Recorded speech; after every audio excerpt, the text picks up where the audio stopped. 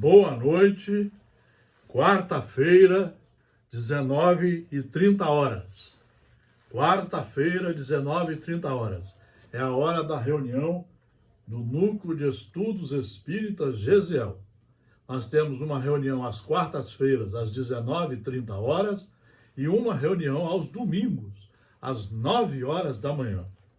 Nas quartas-feiras, como hoje, nós estamos estudando o Evangelho segundo o Espiritismo e procurando fazer ligações pedagógicas com a obra espírita e os livros seguros. A ideia do Núcleo de Estudos Espíritas Gesiel não é fazer palestra, não tem temas sensacionalistas, não tem nada aqui para enganar ninguém, é só incentivar ao estudo. A ideia é incentivar vocês a estudarem em casa, a fazer a parte de vocês. Essa é a ideia. É a ideia do colégio, né? É incentivar, você fica um pouquinho tempo no colégio, o bom aluno vai para casa e estuda mais 6 horas, 7 horas, 8 horas, né? E a ideia é essa, é chamar os cristãos a estudar. Hoje nós vamos iniciar o capítulo 4 do Evangelho. Ninguém pode ver o reino de Deus se não nascer de novo. Todos os nossos estudos estão na sequência gravados no Instagram, Marcelo P. Barreto. Então nós vamos ver aqui sobre a reencarnação. E vamos bem devagar, vamos fazer 2 vídeos, 2 quartas-feiras, para que a gente procure esclarecer o melhor possível, da forma melhor possível. A reencarnação fazia parte dos dogmas judaicos, sob o nome de ressurreição. Só os saduceus que pensavam que tudo acabava com a morte não acreditavam nela. As ideias dos judeus sobre esse ponto, como sobre muitos outros, não estavam claramente definidas, porque não tinham senão noções vagas e incompletas sobre a alma e sua ligação com o corpo. Eles acreditavam que um homem que viveu podia reviver, sem se inteirarem com precisão da maneira pela qual o fato podia ocorrer.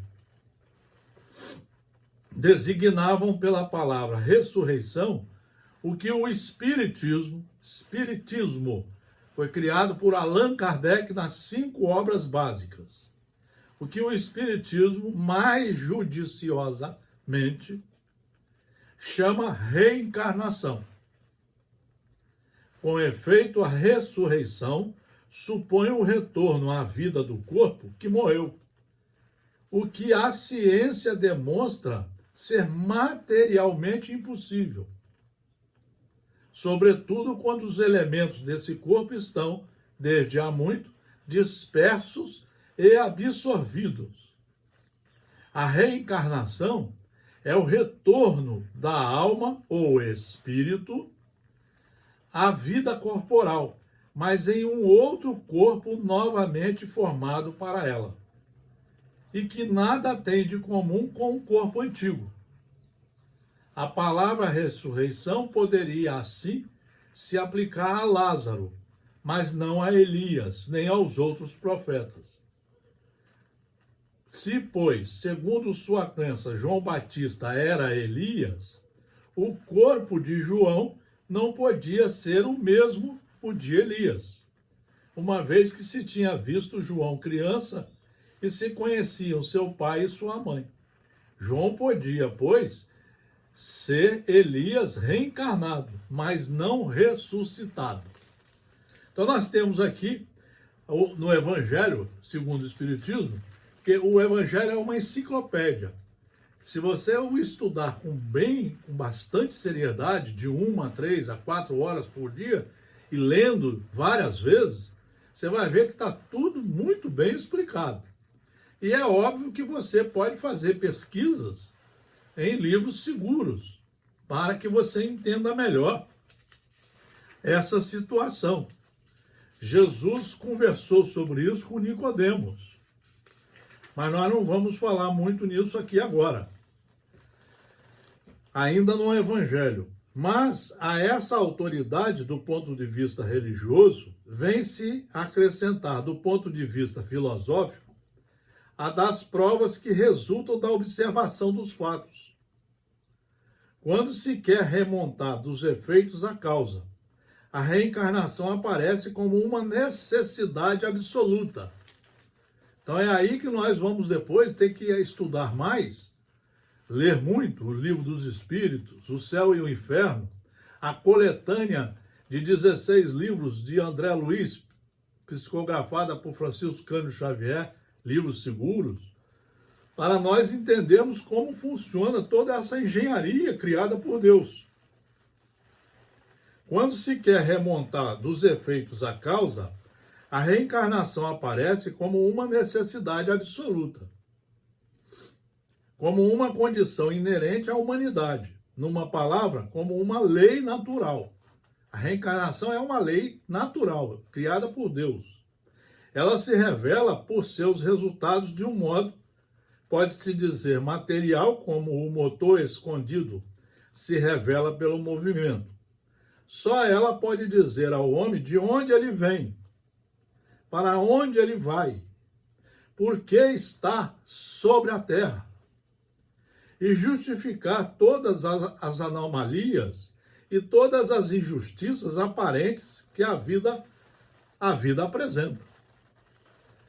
Ninguém conseguiu explicar a origem da violência, nem os livros de direito conseguiram explicar a origem de tanto sofrimento, de tanta miséria.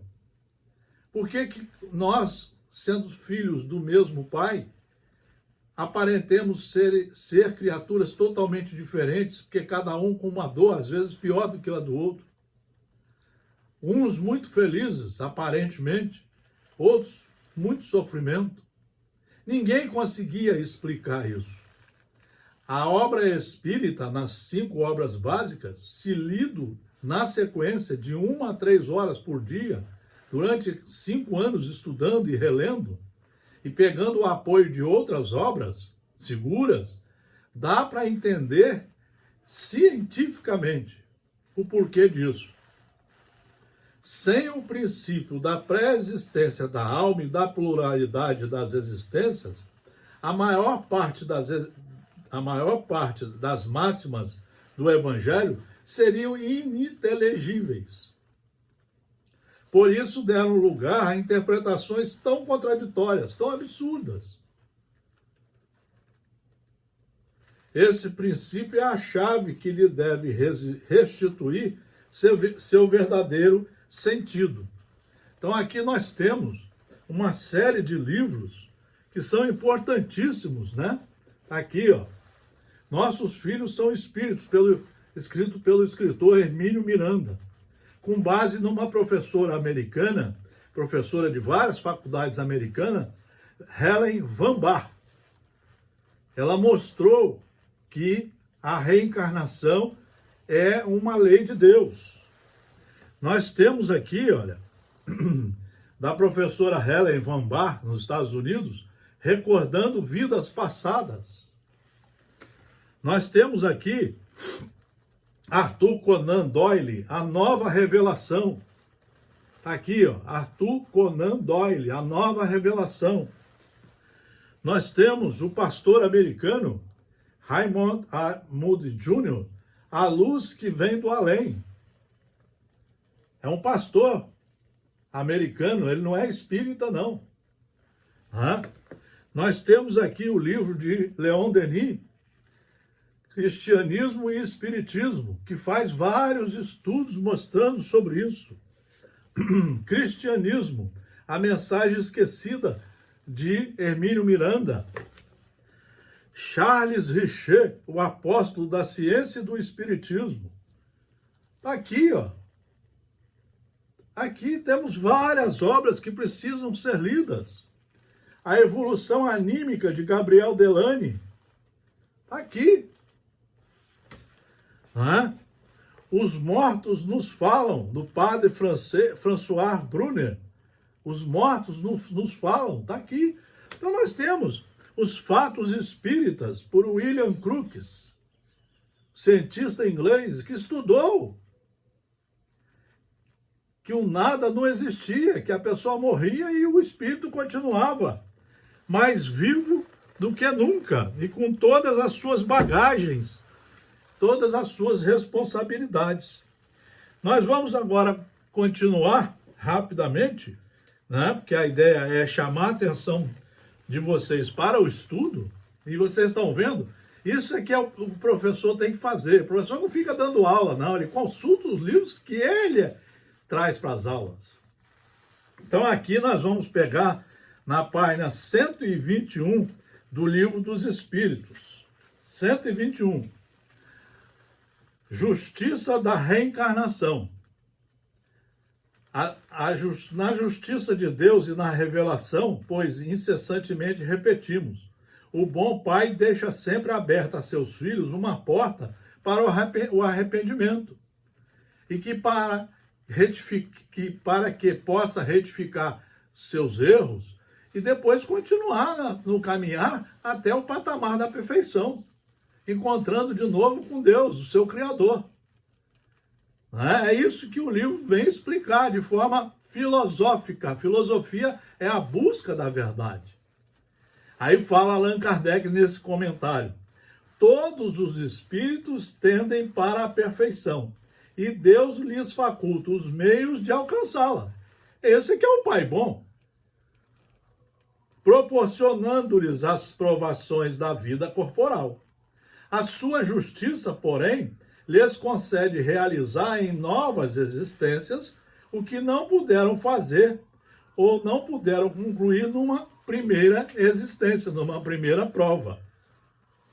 E aí diz Allan Kardec: a doutrina da reencarnação, isto é, a que consiste em admitir para o espírito muitas existências sucessivas, é a única que corresponde à ideia que formamos da justiça de Deus para com os homens que se acham em condição moral inferior.